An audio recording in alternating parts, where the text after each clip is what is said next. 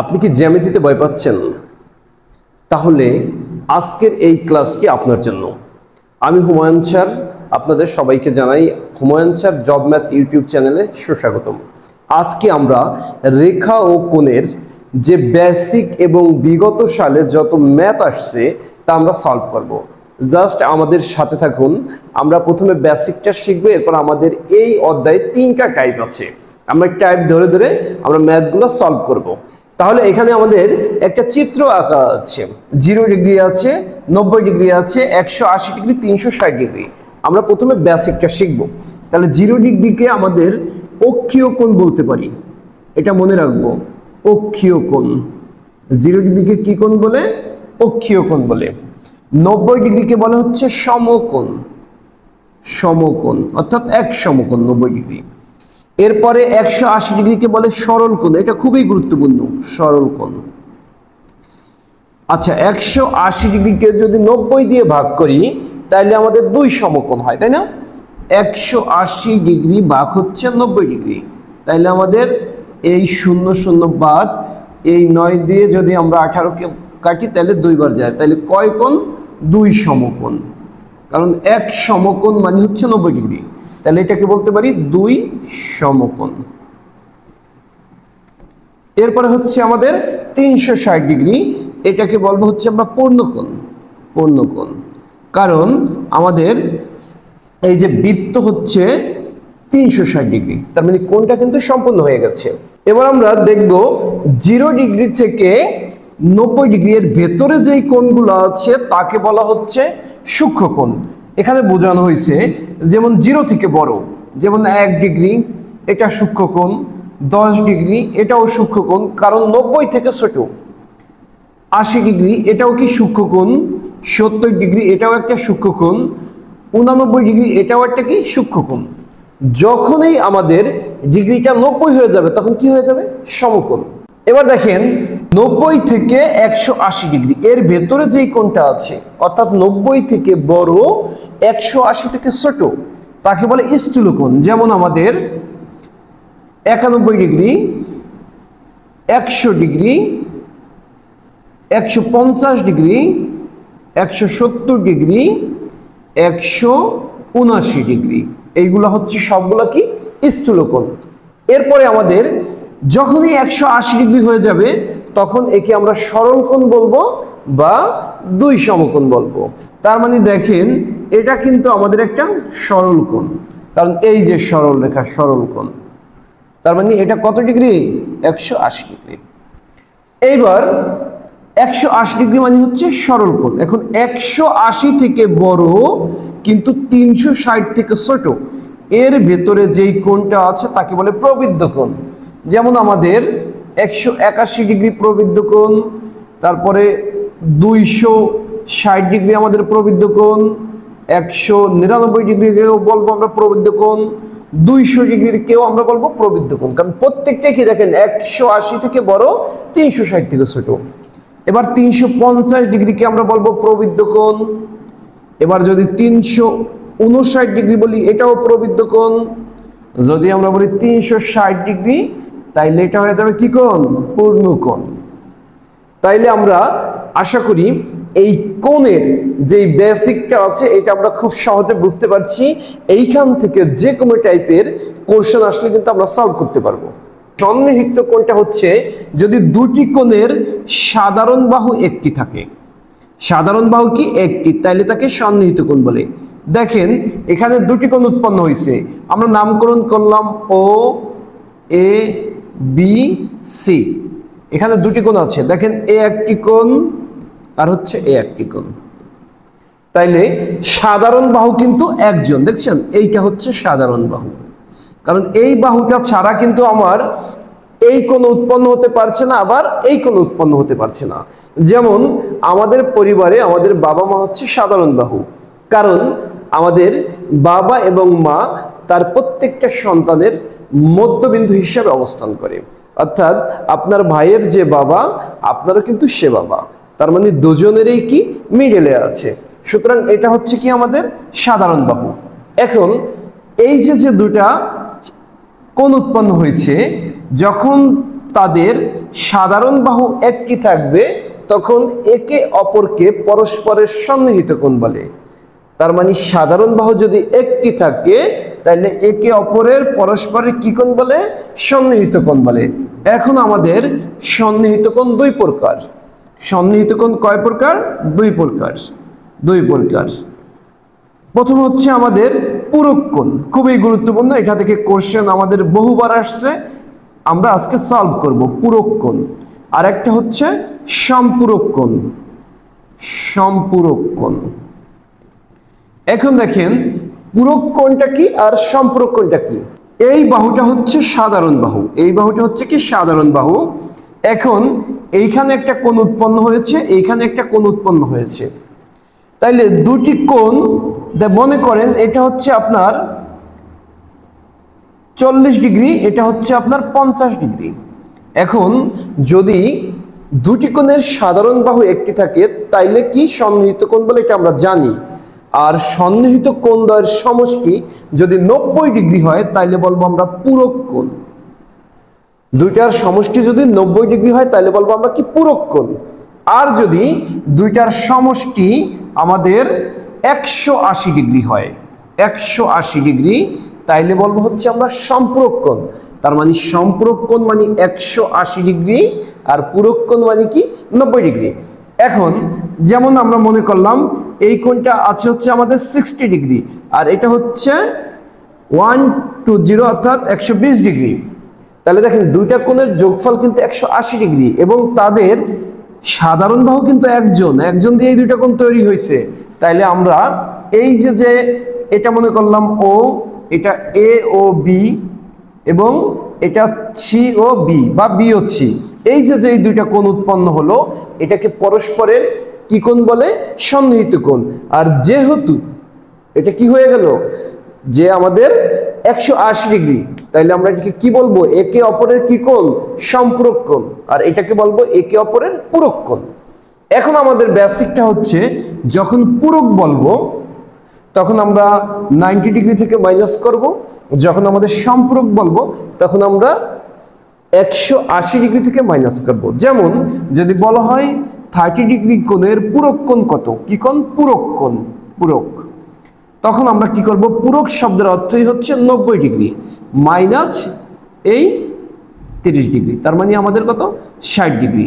আমরা এইভাবে কিন্তু নির্ণয় করব। এরপর সম্পূরক কোণ বলা হচ্ছে যে আমাদের 50 ডিগ্রি কোণের সম্পূরক কোণ কত? সম্পূরক কোণ।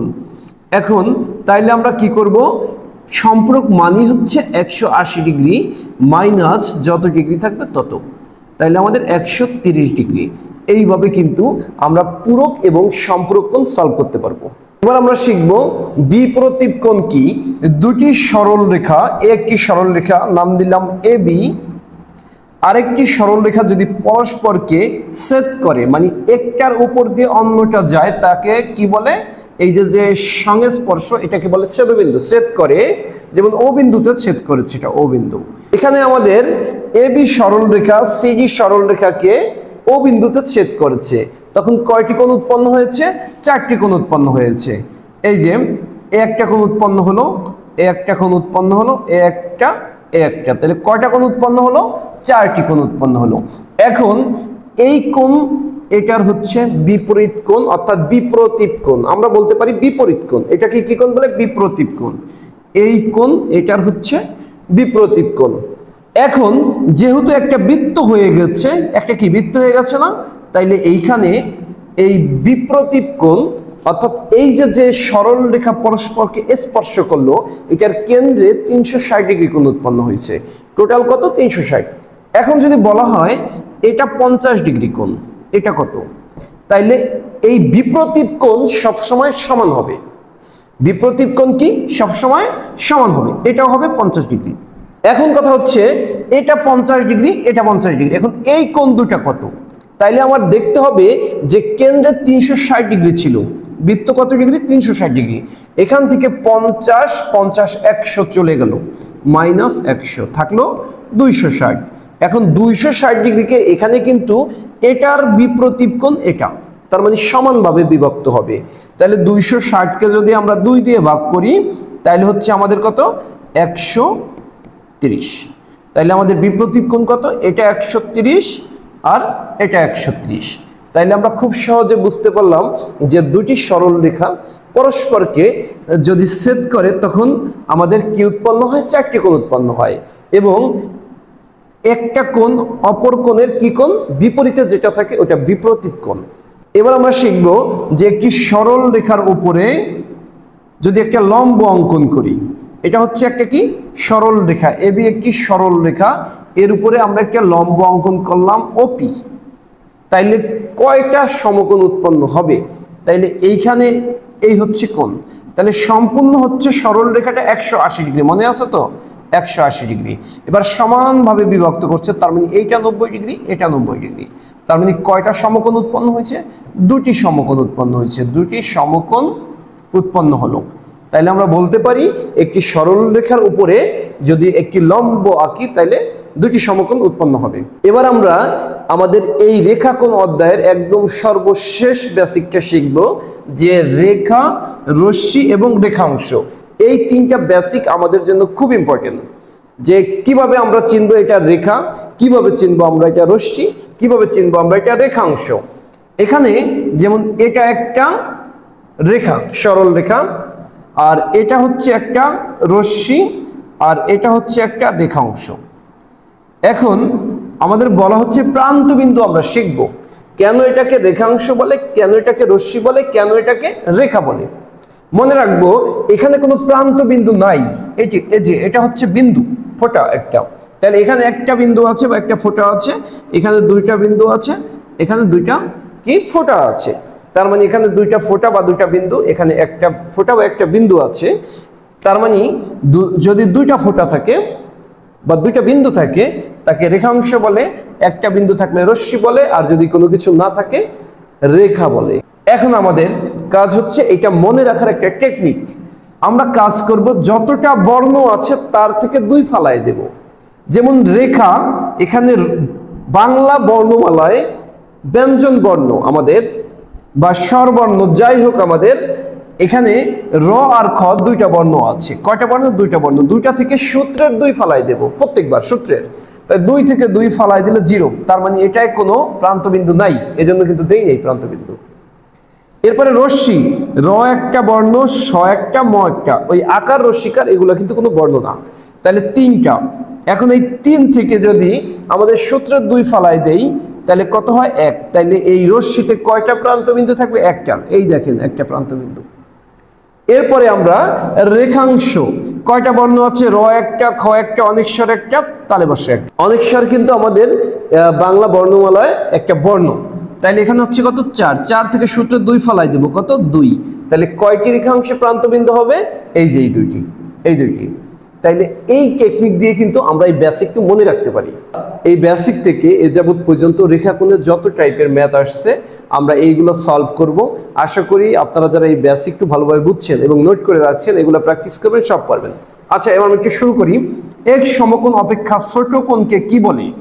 এক সমকোণ অপেক্ষা ছোট, তার মানে 0 থেকে 90 এর মাঝে যেটা থাকবে সেটা কি কোণ? সূক্ষ্মকোণ। আমরা বেসিকে বলছি, তার মানে এটা হচ্ছে কি সূক্ষ্মকোণ। যে কোণের ডিগ্রির পরিমাপ 90 ডিগ্রি তাকে কি বলে? অর্থাৎ 90 ডিগ্রি কোণকে কি কোণ বলে?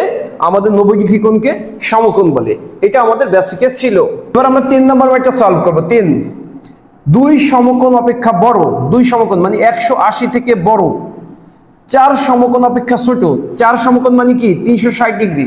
4 সমকোণ অপেক্ষা ছোট, এই কোণকে কি কোণ বলে? এর মাঝে একে প্রবৃদ্ধ কোণ বলে। কি বলে? প্রবৃদ্ধ কোণ। প্রবৃদ্ধ কোণ, তার মানে এ নাম্বার অ্যানসার। এবার আমরা 5 নাম্বার ম্যাথটা সলভ করব। টাইপ 1 এর 90 ডিগ্রি থেকে বড়, 180 থেকে ছোট। 90 তো এক সমকোণ আর 180 হচ্ছে সরল কোণ। এর মাঝের কোণগুলোকে কি কোণ বলে? আমাদের স্থূলকোণ বলে। কি কোণ বলে? স্থূলকোণ বলে। আমরা টাইপ 2 এর ম্যাথগুলো সলভ করব। আমাদের টাইপ 1 শেষ। দুটি কোণের একটি সাধারণ বাহু থাকলে এবং কোণ দুটি সাধারণ বাহুর বিপরীত দিকে অবস্থান করলে কোণ দুটিকে কি কোণ বলে? এই হচ্ছে দুইটি কোণ, এই দুইটি কোণ, এটা হচ্ছে সাধারণ বাহু। তাইলে সাধারণ বাহু থাকলে তাকে কি কোণ বলে? সন্নিহিত কোণ বলে। আর যদি আমাদের 90 ডিগ্রি হয় দুইটার যোগফল, তাহলে বলবো পূরক কোণ, এবং 180 ডিগ্রি হলে কি বলবো? সম্পূরক কোণ। 2 নম্বর ম্যাথটা দেখবো, দুইটি সন্নিহিত কোণের সমষ্টি 90 ডিগ্রি হলে একটিকে অপরটি কোণের কি বলে? পূরক কোণ বলে। একটু আগেই কিন্তু আমরা এটা বলছি, তাই না? এবার আমরা 3 নম্বর ম্যাথটা দেখবো, 90 ডিগ্রি কোণের পূরক কোণ কত? পূরক মানই হচ্ছে 90 ডিগ্রি। এখন কত ডিগ্রি? 90 বলে দিছে, যা দেওয়া থাকবে মাইনাস করে দিব, তার মানে কত? 0 ডিগ্রি। 90 ডিগ্রি কোণের পূরক কোণ কত? 0 ডিগ্রি।